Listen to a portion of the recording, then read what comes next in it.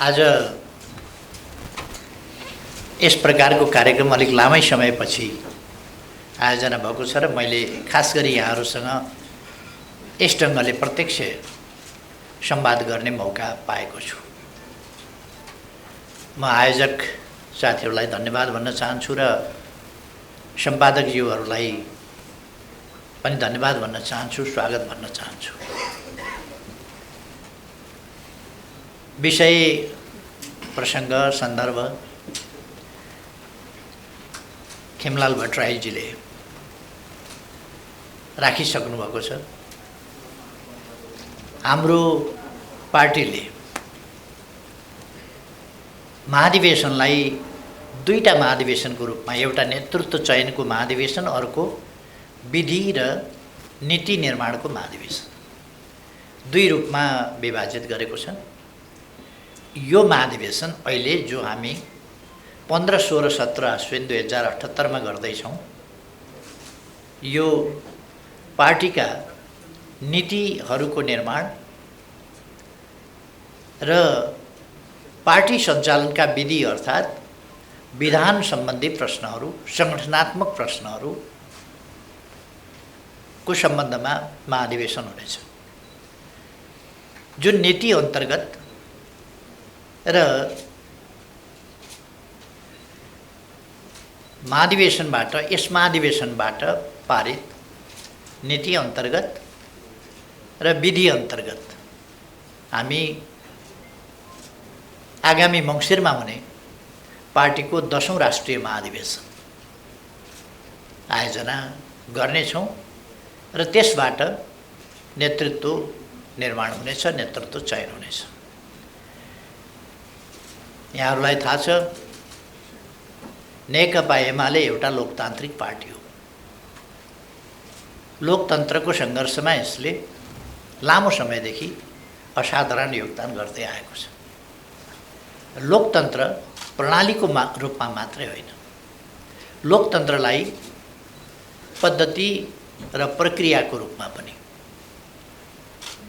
लोकतन्त्र समयानुकूल व्याख्या होइन, लोकतन्त्र मूल्य मान्यताका आधारको व्याख्या। त्यसमा नेकपा एमाले विश्वास गर्दछ र तदनुसारको अभ्यासमा विश्वास गर्दछ। तदनुसार नै यस महाधिवेशनले गहन छलफलका साथ दस्तावेजहरूमा छलफल गरेर निष्कर्षहरू निकाल्नेछ। जुन निष्कर्षहरू अनुसार आगामी दिनका लागि हाम्रो पार्टी, हाम्रा सिद्धान्तहरू कस्ता हुने, हाम्रो गन्तव्य के, त्यस गन्तव्यमा पुग्ने बाटो के, तत्सम्बन्धी हाम्रा नीतिहरू कस्ता हुने, ती नीति कार्यान्वयनका लागि हाम्रो कार्यक्रम कस्तो हुने, कार्यक्रमलाई कुन कुन क्षेत्रमा हामी कसरी कार्यान्वयन गर्छौँ र त्यसका निम्ति कस्ता विषयगत वा आवधिक योजना बनाउँछौँ, ती योजना पुरा गर्न कसरी हामी लक्ष्यहरू निर्धारण गर्छौँ, ती लक्ष्य निर्धारण गर्ने इन्स्ट्रुमेन्टका रूपमा हामी कस्तो पार्टी निर्माण गर्छौँ, त्यसको परिचालन कसरी गर्छौँ जस्ता प्रश्नहरू यस महाधिवेशनले निरूपण गर्नेछ, जो अत्यन्तै महत्त्वपूर्ण कुरा हो। यसभित्र राष्ट्रिय महत्त्वका नीतिहरू, राष्ट्रका निम्ति आवश्यक नीतिहरूमा छलफल हुनेछ, पारित हुनेछ। हाम्रो समाज आज कहाँनेरि छ, यसलाई, यसका अहिलेका समस्या के हुन्, तिनको पहिचान र किटानी र ती समस्याको समाधान कसरी गर्ने, त्यसको स्पष्ट दिशानिर्देश, यी चिजहरू यस महाधिवेशनले गर्नेछ। देशका समस्या, जनताका समस्या, राष्ट्रियता सम्बन्धी प्रश्न, राष्ट्रको सार्वभौम सत्ता, स्वाधीनता, स्वतन्त्रता, भौगोलिक अखण्डता र राष्ट्रिय हितहरूको रक्षा गर्ने, सम्वर्धन गर्ने प्रश्नमा, त्यसै गरेर लोकतन्त्रका विभिन्न पक्षहरू, लोकतन्त्रलाई एउटा प्रणालीको रूपमा मात्रै होइन, प्रक्रिया समेतको रूपमा कसरी लोकतन्त्रलाई हामी अझ संस्थागत गर्दै जान सक्छौँ, सुदृढ गर्दै जान सक्छौँ र प्रभावकारी ढङ्गले कार्यान्वयन गरेर त्यसलाई देश र जनताका हितमा केन्द्रित गर्ने र सामाजिक परिवर्तन रूपान्तरणको कामलाई अगाडि बढाउने काम गर्न सक्छौँ, ती कुराहरू हामी तय गर्नेछौँ।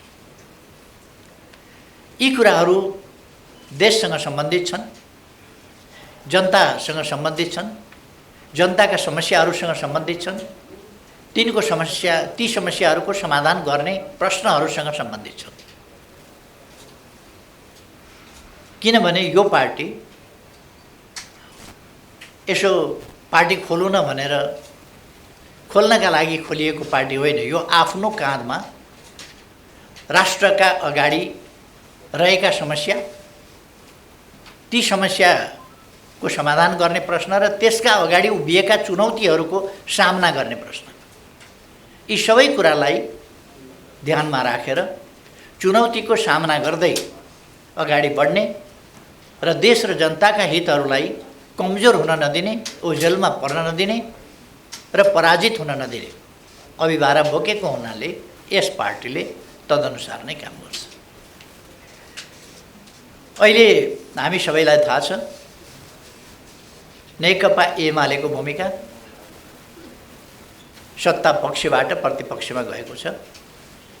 सत्ता पक्षमा रहँदा सञ्चार माध्यमबाट, सम्पादक मित्रहरूबाट जुन महत्त्वपूर्ण सहयोग सरकारले पायो र प्रधानमन्त्रीको हैसियतमा मैले पाएँ, त्यसका लागि म यहाँहरूलाई धन्यवाद भन्न चाहन्छु। यहाँहरूले धेरै सजग गराउनुभयो, सचेत गराउनुभयो, सरकारले कहीँ गल्ती नगरोस्, खबरदारी गर्नु, देशप्रति सरकार सजग रहोस्, जनताका हितहरूप्रति सरकार सजग रहोस्, ती अमूल्य सुझावहरू थिए। ती खबरदारीले हामीलाई गल्ती नगर्न प्रेरित गर्यो। खबरदारी गरेन भने सरकार अलिकति लापरवाह जस्तो पनि हुँदो रहेछ, जस्तो अहिलेको सरकार छ। अहिलेको सरकारप्रति अलिक खबरदारी पुगेन कि जस्तो पनि लाग्छ। संविधानको मतलब छैन, कानुनको मतलब छैन, सञ्चार माध्यम चुपै छ। त्यसकारण सरकारले अनुकूलता ठानेको छ, जसले गर्दा गल्ती गर्दै गएको छ। अहिले सञ्चार माध्यमले सरकारसँग किन सरकारलाई गुण नलगाएर दुश्मनी गरिराखेका जस्तो गरेको छ, मैले त्यो बुझेको छैन। संविधान बिचिँदा पनि चुपै लागेको जस्तो। अहिले म त्यतापट्टि जान चाहन्न, तर हामी राष्ट्रको एउटा गम्भीर मोडमा पुगेका छौँ। अलिक अगाडि हल्ला चल्यो, धेरै हल्ला चल्यो, मुलुक प्रतिगमन तर्फ गयो, संविधान च्यातियो, संविधान मिचियो, संविधान कुल्चियो, उदम हल्ला चल्यो। त्यसपछि अग्रगामी सरकार बनाउने खेल सुरु भएर पार्टी तोडफोड गर्ने आदि इत्यादि कुराहरू भए। राजनीतिमा त्यस्ता कुराहरू चल्छन्। कानुनसम्म ढङ्गले चल्नु एउटा कुरा थियो। निष्कासित गरेका मान्छे, निष्कासित भएको सूचना नटास्ने, कानुनका जटिलता, लुपहोल्स, कमी कमजोरीहरूबाट फाइदा उठाउने, तिनीहरूलाई टेकेर राजनीतिक उद्देश्य गलत ढङ्गले प्रयोग गर्ने जस्ता कामहरू, क्रियाकलापहरू पनि भए। चलिरहेको संसद मध्यरातमा बन्द गर्ने र भोलिपल्ट बिहान अध्यादेश जारी गर्ने जस्तो संविधानको मर्म विपरीत, भावना विपरीत, सङ्घीय संसद नचलिरहेको अवस्थामा देशलाई तत्काल आवश्यक परेमा अध्यादेश जारी गर्ने हो। तर चलिरहेको संसद अचानक बन्द गरेर षड्यन्त्रपूर्ण ढङ्गले भोलि बिहानै तयारी प्रस्तावका साथ अध्यादेश ल्याएर, अध्यादेश ल्याइसक्दा निर्वाचन आयोगले त्यसको कार्यान्वयनका लागि नियमावली पनि बनाइसकेको छ। पहिले नै रेडिमेड उता पनि नियमावली पनि फुत्त निस्किन्छ। निष्कासित मान्छेहरूलाई निष्कासित मानिँदैन। 40% सांसद र 40% केन्द्रीय सदस्यले यदि नयाँ पार्टी खोल्न या पार्टीबाट अलग हुन चाहे भने पार्टी परित्याग गरेको नमानिने नयाँ पार्टी खोल्न पाइने प्रबन्ध हो संविधानले दिएको। र सांसदहरूले बाध्यकारी स्थिति कुनै पार्टीमा बस्नै पर्ने, कुनै पार्टी छोड्नै नपाउने स्थिति हुनु हुँदैन। सांसदहरूको पार्टी छोड्ने संविधान सम्मत खालको अधिकार, यथोचित अधिकार। एकातिर पार्टीमा अनुशासन पनि होस्, पार्टी अनुशासित होस्, लोकतान्त्रिक विधि अन्तर्गत चलोस्। अर्कातिर बस्नै चाहँदैनन् सांसदहरू भने एउटा खास सङ्ख्या पुर्याएपछि उनीहरूले छोड्न पाउने अवस्था बनोस् भन्ने हाम्रो संविधानमा व्यवस्था छ। त्यसै कारण संविधानले 40% सांसदहरू र 40% केन्द्रीय सदस्यहरू भएमा अर्को दल खोल्न पाउने भन्ने व्यवस्था गरेको छ। तर दलहरूको के भयो भने प्रतिनिधि सभा सदस्य या सङ्घीय संसदका सदस्य त निर्धारित हुने भए, आवधिक निर्वाचन हुन्छ, त्यो निर्वाचनबाट निर्वाचित हुने भए। पार्टीको केन्द्रीय समिति एकीकरणका नाउँमा कुनै नेताले अप्ठ्यारो पर्यो आफूलाई भने एउटा एकीकरण गर्यो, एउटा कुनै पार्टी कसैलाई खोल्न लायो, त्यसका नाउँमा एकीकरण भनेर 400-500 मान्छे ल्याइदियो। कहाँबाट 40% पुर्याउँछ? आफ्ना मान्छे नेताले थपिसकेपछि सभापतिले आफ्ना मान्छे 500 मान्छे थप्यो भनेदेखि 300 को कमिटीमा अर्को 200 मान्छे थप्यो भने के हुन्छ त्यहाँ? त्यसकारण यो चाहिँ अव्यवहारिक भयो र संविधानको कार्यान्वयन हुन सकेन। त्यो मर्मअनुसार भएन, कुनै पार्टीतर्फ लक्षित गरेर होइन। त्यसरी मैले संविधानको वास्तवमा मर्मअनुसार कार्यान्वयन हुन सकोस् भन्नका लागि केन्द्रीय कार्य समिति वा संघीय संसदका प्रतिनिधि सभाका 40% सदस्यहरूले अलग सङ्गठन बनाउन पाउने भन्ने अध्यादेश संसद नचलिरहेको बखत ल्याएको थिएँ। त्यसको चर्को विरोध भयो र जसले चर्को विरोध गरेका थिए, असंवैधानिक भयो भनेका थिए, उत्पात मचाएका थिए र पार्टी अर्को पार्टीलाई फुटाउने गलत मनसायले यस्तो गर्न पाइँदैन भनेका थिए, त्यो कुराहरू अहिले पछिल्लोपल्ट त भदौ 2 गते त्यही उद्देश्यका साथ अघि नै मैले भने मध्यरातमा अचानक चलिरहेको चालु अधिवेशन अन्त्य गरेर भोलि बिहान अध्यादेश निकाल्ने काम हो। यसको यो संविधान सम्मत भएन, यो चाहिँ गलत मनसायको भएन भनेर सम्पादक साथीहरूले लेख्नु नै भयो होला भन्ने लाग्छ मलाई। त्यसपछि हिजो एउटा सूचना टाँसियो, संघीय संसद चालु छ, अधिवेशन चालु छ। अधिवेशन चालु भएकै बखत अधिवेशनमा प्रतिस्थापन विधेयकको रूपमा अब संसदलाई जानकारी गराइएको छ र अधिवेशन चालु रहेको बेला त्यहाँ अधिवेशनमा त्यो विधेयक छँदैछ। त्यसको टुङ्गो अधिवेशनबाट नगरेर सूचना जारी गर्न लगाइयो। सूचना जारी गरेर अध्यादेश फिर्ता लिएको भनेर कानुन निर्माण संशोधन र त्यसको खारेजी संसदले गर्छ। संसद नचलेका बेला देशका लागि जरुरी पर्यो भने अध्यादेश ल्याउन पाइन्छ। न पहिले जरुरी पर्यो न हिजो जरुरी पर्यो। जरुरी परेको भए त संसद चलेका बेला त संसदमै ल्याउन सकिन्थ्यो। चलिराखेको संसद बन्द गरेर ल्याइयो।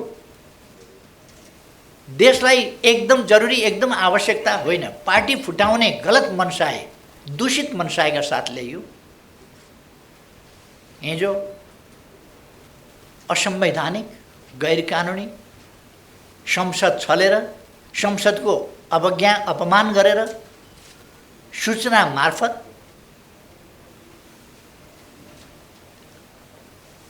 अध्यादेश फिर्ता बन्यो। कानुन निर्माणको कुरा, फिर्ताको कुरा यो संसदको बिजनेसको कुरा हो र प्रतिस्थापन त्यसलाई रद्द गर्नका लागि अर्को कानुन चाहिन्छ। त्यो यतिकै फिर्ता मात्रै हुँदैन। त्यसलाई यसभन्दा अगाडि पनि जुन अध्यादेश जारी गरियो त्यसलाई रद्द गर्नु पर्यो भने पहिलेकै ऐन कायम रहने गरी अर्को अध्यादेशको व्यवस्था गर्नुपर्छ। तर पहिलेको ऐन कायम गरिने गरी सूचना जारी हुन सक्दैन, भएको पनि छैन।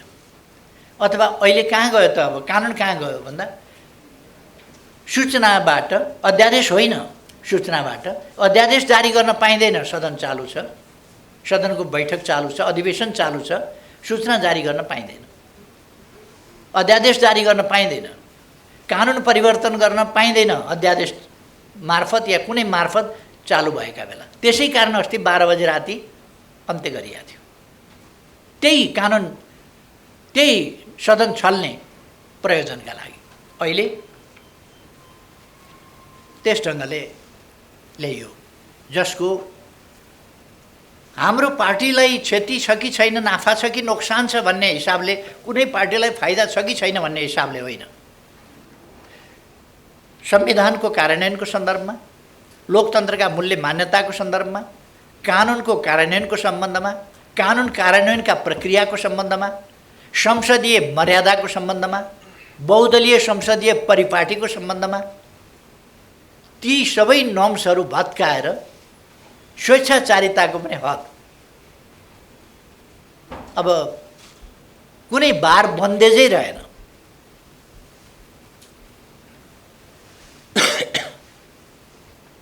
यसरी हिजो एमाले फुटाउने काम सकिएछ, प्रयोजन सिद्धिएछ। त्यही कुरा त संसदबाट गरे हुन्छ नि त। संसद चालु छ, त्यहाँ प्रतिस्थापन विधेयक प्रस्तुत छ। त्यो विधेयक के भयो त? अब संसदमा प्रस्तुत विधेयक कुनै सूचनाको भरमा रद्द हुन्छ कि हुँदैन? त्यो विधेयक फिर्ता गयो कि गएन? यी कुनै प्रश्नको केही पनि जवाफ चाहिएन। गठबन्धनले जे गरे पनि उचितै हुने खालको एउटा सोच, जो लोकतन्त्रभित्र, लोकतन्त्रको परिभाषामा पर्दैन। हाम्रो चिन्ता लोकतन्त्रको भविष्यप्रति हो, लोकतान्त्रिक प्रणालीको भविष्यप्रति हो। लोकतान्त्रिक प्रणाली यदि प्रक्रियाहरू कमजोर हुँदै गएर प्रक्रियाले प्रणालीलाई शिथिल बनाउँदै लग्यो भने, यदि प्रणाली कार्यान्वयन गर्ने प्रक्रिया भएन भने, संविधान कार्यान्वयन गर्न कानुन चाहिन्छ, कानुन कार्यान्वयन गर्न नियमावली चाहिन्छ। त्यसै गरेर प्रणाली आफै मात्रै चल्दैन। प्रणालीलाई सञ्चालन गर्नका लागि प्रक्रियागत पक्षहरू हुन्छन्, पद्धतिगत पक्षहरू हुन्छन्। पद्धति प्रक्रियाका पक्षहरूबाट प्रणाली ध्वस्त पार्दै लगियो भने प्रणाली प्रणालीको रूपमा जीवित रहन सक्दैन। दुनियाँमा किन लोकतन्त्र पटक पटक असफल हुन्छन्? हाम्रै देशमा किन असफल भएको छ पटक पटक? किन हाम्रै देशमा प्रतिगमन भएको छ पटक पटक? हुन त यहाँ मनलाग्दी प्रतिगमन शब्दको दुरुपयोग गर्ने गरिएको छ। प्रतिगमन शब्दको दुरुपयोग जनादेशका लागि जाने कुरालाई पनि प्रतिगमन भन्न थालियो। जनादेशका लागि जाने कुरालाई पनि प्रतिगमन भनेपछि त अग्रगमन भनेको के हो? संसदलाई पङ्गु बनाउनु, कुनै काम नगर्नु, मन्त्री परिषदलाई पूर्णता दिन नसक्ने, 2.5 महिनासम्म पूर्णता दिन नसक्ने जोडजामको सरकार बनाएर देशको अमूल्य समय, तीव्र गतिमा विकास भइरहेको वर्तमान दुनियाँको यो समय, यसलाई बर्बाद गर्नु अग्रगमन हुन्छ। त्यतापट्टि पनि म अहिले जान चाहन्न। जे होस्, अहिले हामी सबैलाई थाहा छ,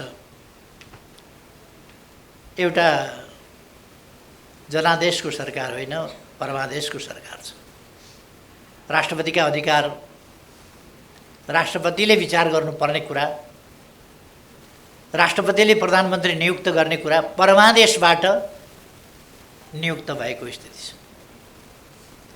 अहिलेका लागि आनन्द छ। कतिपयलाई नेकपा एमाले सरकारमा रहेको, देश विकास भएको, बाटाहरू बनेको, तीव्र गतिमा निर्माण कार्यहरू भएको मन नपरेको हुनसक्छ।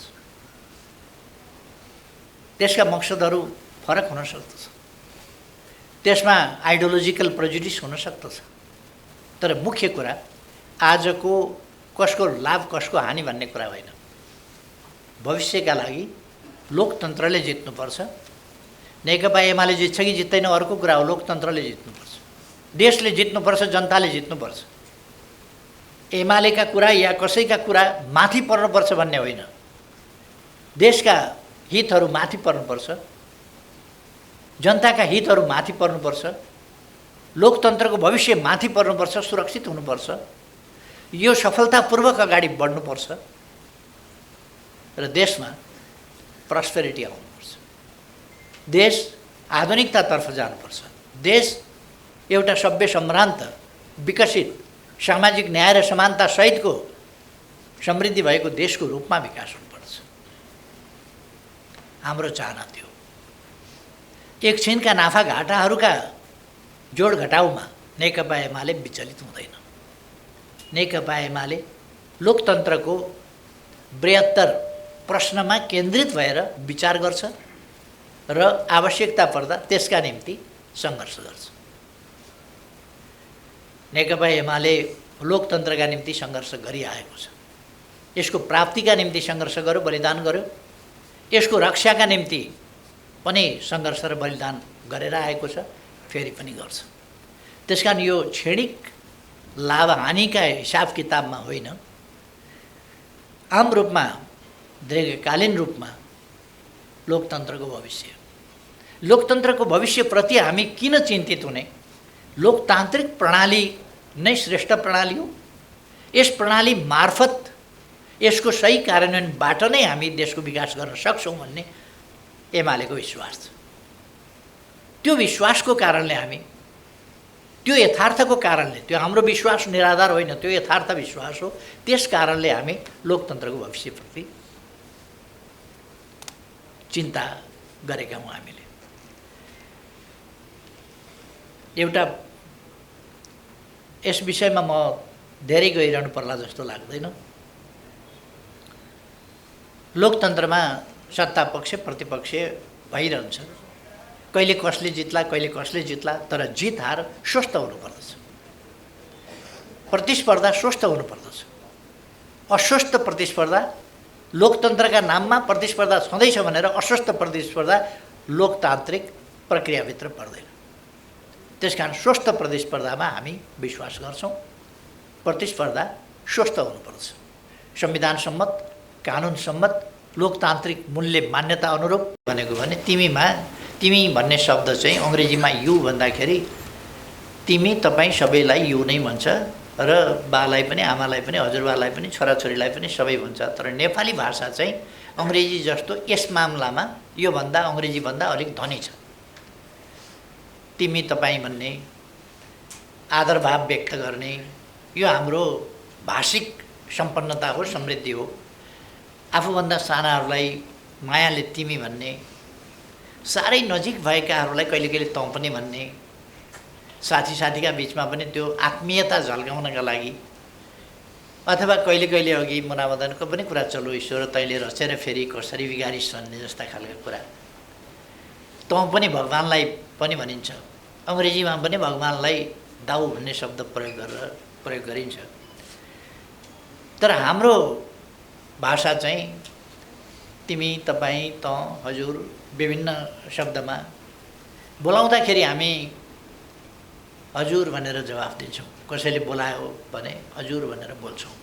त्यस्तो खालको एउटा शिष्ट शब्द हो। त्यसकारण हामीले अरूको नकल मात्रै नगरौँ।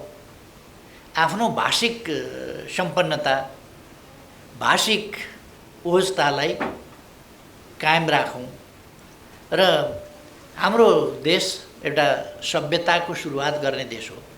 यसमा तपाईहरुले भाषाको प्रयोगको सम्बन्धमा प्रश्न उठाउनु भएको छ, सम्पादकीय पनि लेख्नु भएको छ।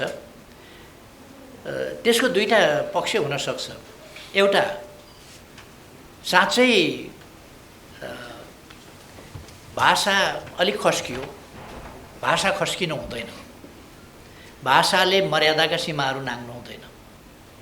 विचार आफ्ना हुन सक्दछन्, असहमति हुन सक्दछन्, विरोध हुन सक्दछ, आलोचना हुन सक्दछ, तर भाषिक संयम, भाषिक स्तरीयता र भाषिक मर्यादा त्यसका सीमाहरू उल्लङ्घन हुनु हुँदैन भन्ने मनसायका साथ पनि सम्पादकीयहरू आएका छन् भने आफै सम्पादकीय लेख्ने सम्पादकजीहरूका भाषा आफ्नै सञ्चार माध्यमहरूमा पनि यसो हेर्नु भए पनि हुन्छ।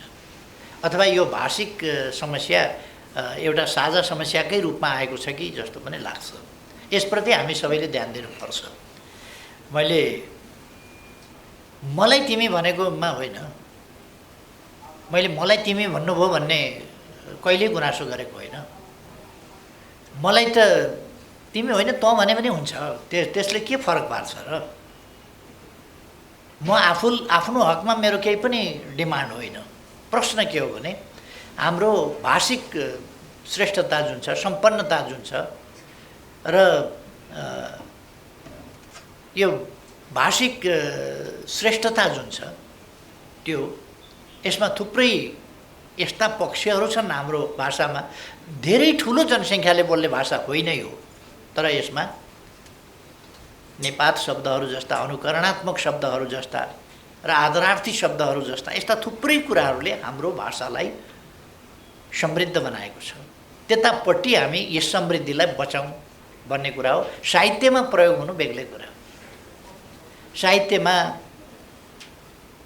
बाको बारेमा लेख्दा तिमी, आमाको बारेमा लेख्दा तिमी, हाम्री हजुरआमा यस्तै थिइन्, हाम्रा हजुरबा यस्ता थिए, हजुरबाले यसो भन्थे, हजुरआमा यसो भन्थिन्, त्यस्तो पनि लेखिन्छ। तर त्यो साहित्यमा हामी बोलीचाली हाम्रा व्यवहारहरूमा गरिन्छ भने त्यस्तै सञ्चार जगतले पनि हाम्रो भाषिक सम्पन्नतालाई अङ्ग्रेजीको नकल गरेर बिर्सिनुमा गर्व नमान्दा हुन्थ्यो कि भन्ने मेरो आग्रह हो।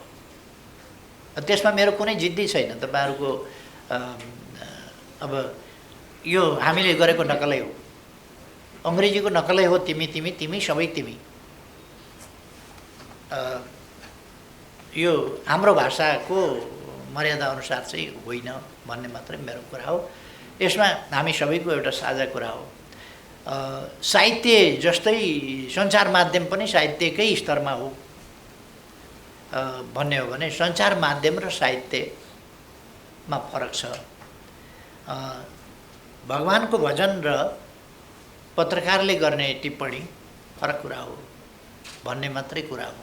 यसप्रति भगवानको भजनमा तँ पनि चल्छ, पत्रकारले गर्ने टिप्पणीमा अलिक चल्दैन कि? यदि कुनै भाषामा अङ्ग्रेजी जस्तो ठुलो भाषामा अलिक त्यस्तोमा तँ पनि चल्या भए हामी नकल गर्थ्यौँ कि? तर तिमी चल्या हुनाले त्यसको नकल गरेका छौँ। नगर्दा हुन्थ्यो कि जस्तो लाग्ने मेरो विचार हो। हाम्रो समाजलाई, हाम्रा राम्रा पक्षहरूलाई चाहिँ जोगाएर राखौँ भन्ने मेरो एउटा आग्रह हो। यसमा अरू धेरै केही भन्दिनँ। अदालतको फैसला मान्नु पनि पर्छ र बेठिक छ भने वा बेठिक लाग्दाखेरि पनि विरोध गर्न सकिन्छ। तपाईहरुलाई थाहा छ सत्यभन्दा ठुलो केही हुँदैन। सत्यभन्दा ठुलो अदालत पनि हुँदैन। अदालत लोकतन्त्रमा शक्ति तीर्थीकरणको सिद्धान्त अन्तर्गत स्वतन्त्र न्यायालय भनेर मानिन्छ र न्यायालयबाट त्यसअनुसारको मर्यादाको अपेक्षा गरिन्छ, त्यस भूमिकाको, त्यस धर्मको निर्वाहको अपेक्षा गरिन्छ। त्यस्तो भएन भने लोकतन्त्र अप्ठ्यारोमा पर्छ, लोकतन्त्रका मूल्य मान्यता अप्ठ्यारोमा पर्छन् र अदालतप्रति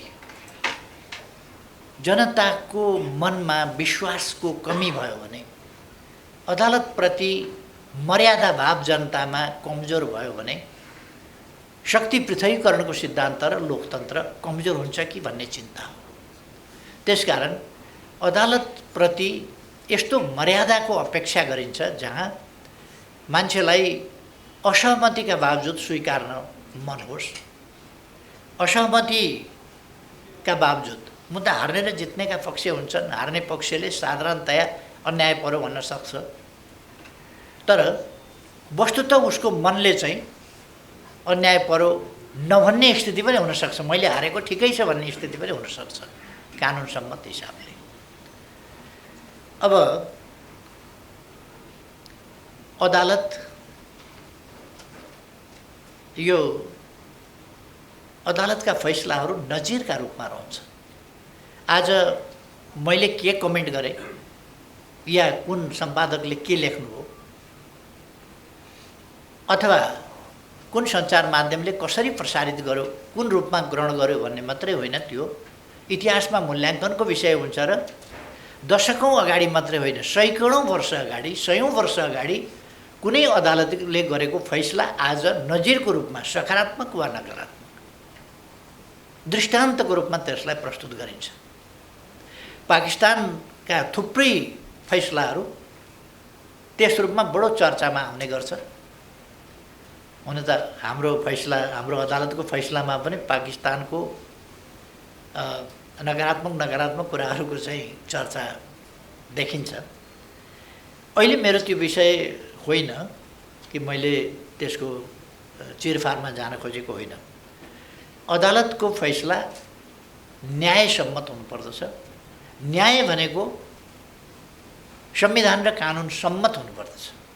न्याय हुन्छ कि हुँदैन भन्ने होइन, न्याय चाहिँ तत्कालीन संविधान, कानुन, सामाजिक प्रबन्ध, समाजले स्वीकारेका मूल्य मान्यताहरूका आधारमा न्याय निरूपण गरिन्छ, संविधान कानुनका आधारमा। त्यसकारण त्यसलाई न्याय मान्नुपर्छ। त्यो अपेक्षा आम जनताले गरेका हुन्छन्, सबैले गरेका हुन्छन्। एकपल्ट एउटा फैसला, उस्तै प्रकृतिको फैसला अध्यादेशबाट राज्य सञ्चालन गर्न खोजियो, राज्य चलाउन खोजियो भन्ने हुन्छ। अर्कापल्ट त्यही कुरा केही पनि हुँदैन। त्यो यस्तो खालको कुरा हुँदाखेरि हामीलाई त केही छैन। एमाले प्रतिपक्षमा गयो भने साथीहरूले अघि अलिकति चिन्ता पनि जाहेर गर्नुभएको छ नि, 5 वर्ष चलाउन सक्नु भएन भनेर। म धन्यवाद भन्छु। 5 वर्ष चलाउनु पर्थ्यो केपी ओली नेतृत्वको सरकारले भन्ने त सबैलाई छ नि। दुःख मनाउ त गर्नुभएको छ नि त साथीहरूले। 5 वर्ष चल्नु पर्थ्यो, चलेन होला। मलाई अलिकति के भने तपाईँले ढङ्ग पुर्याउनु भएन, जगाउनु पर्दैन थियो त्यति राम्रो चलेको सरकार भन्ने आलोचना तपाईँहरूको छ नि त। जगाउनु पर्थ्यो त्यो सरकार, सबैको सहमति देखिन्छ।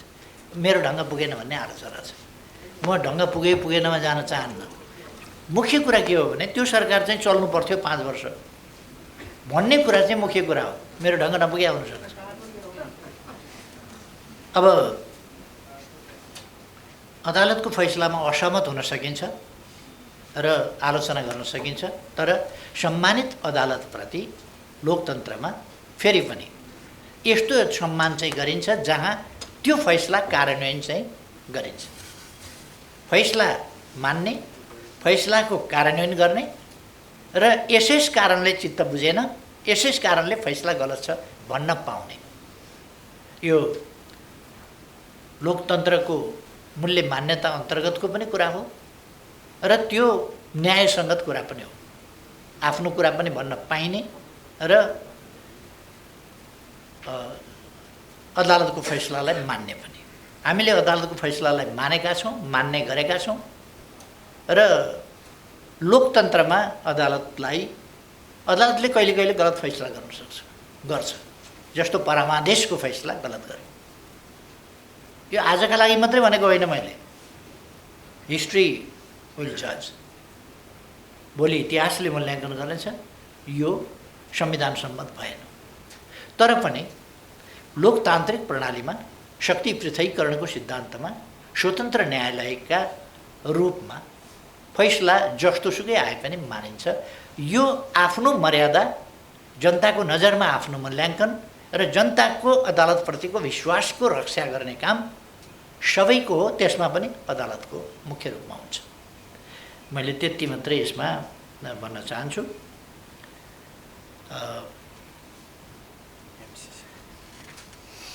एमसीसीको कुरा उठाउनु भएको छ। मैले त एमसीसी जस्तो कुरा सडकमा यत्रो उठ्याएको छ। एमसीसी गर्ने पार्टीहरू नेपाली कांग्रेस र माओवादी केन्द्र